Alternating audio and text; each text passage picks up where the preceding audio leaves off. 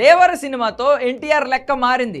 ఎవడు ఎన్ని విధాలుగా టార్గెట్ చేసినా దేవర జాతర ఓ రేంజ్లో ఉంది. సినిమాపై నెగిటివ్ టాక్ ఏ రేంజ్లో వచ్చినా సరే దేవర వసూళ్లు మాత్రం ఆగలేదు. దేవర సినిమాపై ఉన్న అంచనాలకు వసూళ్లకు సరిగ్గా సెట్ అయింది. 1000 కోట్లు వసూళ్లు ఉంటాయని ధీమా వ్యక్తం చేస్తున్నారు ఫ్యాన్స్. ఇక ఎన్టీఆర్కు ఈ సినిమా కొత్త ఉత్సాహాన్ని ఇస్తుంది. ఇప్పటివరకు ఎన్టీఆర్ సినిమాలకు తెలుగు రాష్ట్రాల్లోనే మార్కెట్ భారీగా ఉండేది. కానీ ఇప్పుడు మాత్రం ఇతర భాషల్లో ఎన్టీఆర్ రేంజ్ పెరిగింది. ముఖ్యంగా కన్నడలో ఎన్టీఆర్ సినిమా కోసం ఫ్యాన్స్ ఓ రేంజ్లో ఎదురు చూశారు.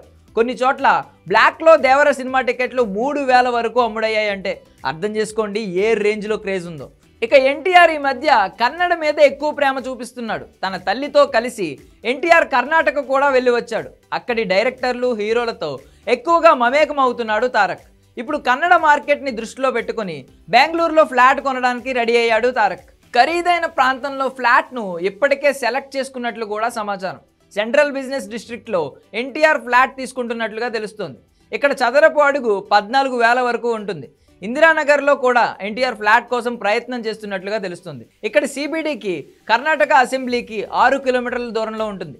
అక్కడే ఎక్కువగా ధనవంతులు కూడా ఉంటారు. అందుకే అక్కడ ఫ్లాట్ కోసం ఎన్టీఆర్ ప్రయత్నం చేస్తున్నాడు.